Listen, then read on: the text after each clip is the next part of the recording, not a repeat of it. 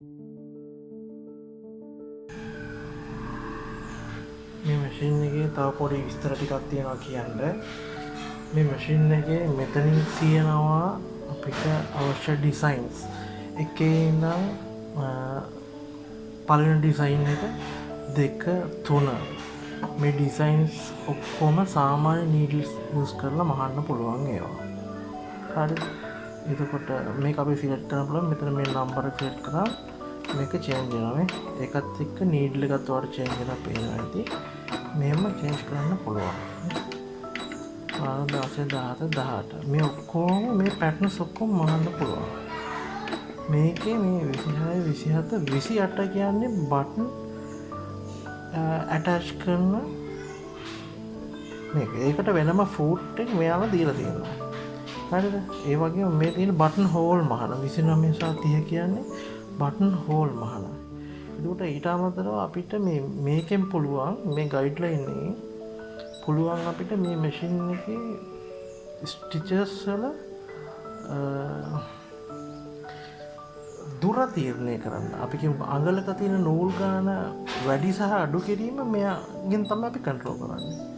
දැන් මම මෙතන එකට ගත්තොත් මෙයාගේ ඔයාලට පේනවා ඇති කිසි කියන්නේ කොළ පාට සහ පාටවල් පත් වෙනවා. ඒකට මේ කොළ පාට සීමාවේ එයාට කිසි ප්‍රශ්නයක් නැතුව මහන්න පුළුවන්. රතු නම් එයාට මහන්න බෑ.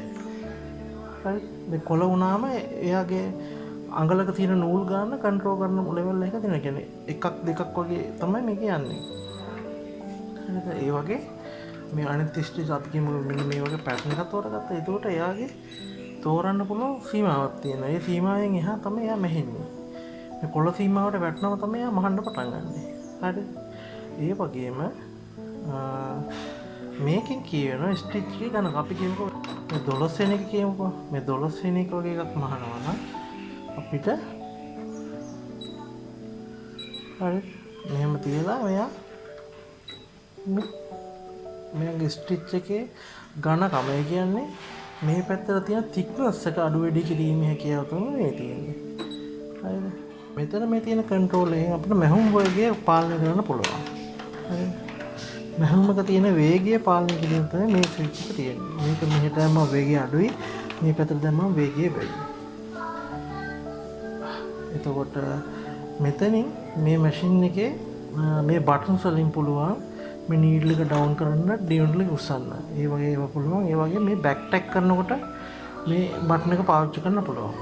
අර ෆුට් පැඩල් එකෙන් වගේම මෙයාගෙනුත් පුළුවන් අපිට මේ මහන මේක ස්ටාර්ට් කරන්න.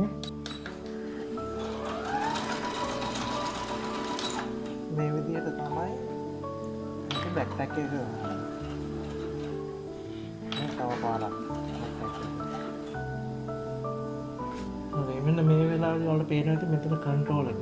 මේ S කියන්නේ අපි නෝමල් මහනකොට S වලට දාන්න ඕනේ. එහෙම නැත්නම් අපි එම්බ්‍රොයිඩ් කරනකොට E වලට මාරු කරනවා. ඒකත් එක්ක මහන ෆැබ්‍රික් එකේ ෆැබ්‍රික් ටයිප් එක අනුව ඔයාලට මෙතන නූලේ ටෙන්ෂන් එක මෙහෙම කරකවලා කන්ට්‍රෝලර් හදා ගන්න පුළුවන්. මෙතන තියෙනවා තව ෆන්ක්ෂන් එකක්. මේකෙන් තමයි ඔටෝ නීඩල් ත්‍රෙඩින් එක කරන්නේ. මෙතන මගේ මේ යුනිට් එක දැන් මේ වෙලාවේ කැඩිලා තියෙන්නේ. මේ තියෙන්නේ බොබින් එකේ තියෙන මේ සිදුරු. මේ වගේ ප්ලාස්ටික් මේවා ඕන තරම් කඩේ ගන්න තියෙනවා. මෙතන තියෙනවා දාන්න ඕන ගයිඩ් එක. මේ ගයිඩ් ලයින් එක පාවිච්චි කරලා තමයි අපි ත්‍රෙඩ්ස් දාන්නේ. දැන් මේ ත්‍රෙඩ් එක මෙහෙම අරගෙන මෙතන මේ ගයිඩ් ලයින් එකේ මෙහෙම දාලා මෙහෙම අරගෙන මෙන්න මේ විදිහට මේක අතුරින් මේ ඇනේ අස්සෙන් මෙහෙම ගන්න ඕන. හරි. දැන් මේ නූල අපි මෙහෙම සිදුරු අස්සෙන්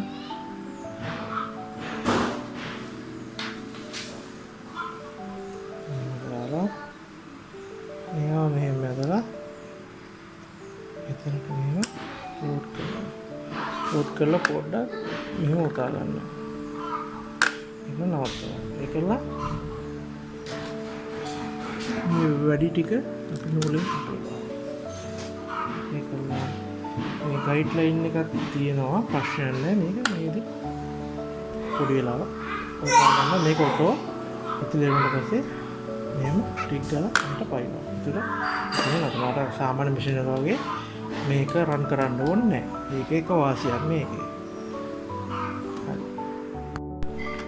අපිට බොබින් එක මේ ස්විච් එක ගන්න පුළුවන්.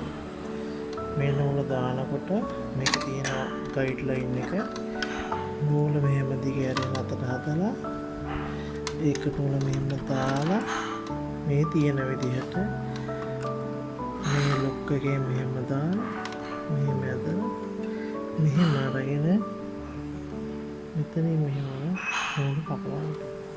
ඒක නැවත මේ බොබින් එක මෙහෙම ලෝඩ් කරනවා. මේකේ පොකට්ස් දෙකක් තියෙනවා. අපිට ටූල්ස් දාගන්න පුළුවන්. ඒකට අපිට මේක ගලවලා මෙහෙම අයින් කරන්න පුළුවන්. ආද චූටි දෙයක් මේක වටේ මෙහෙම අරන් ගිහිල්ලා මේ හැකියාව තියෙනවා. මේක වගේ කන්ඩිෂන්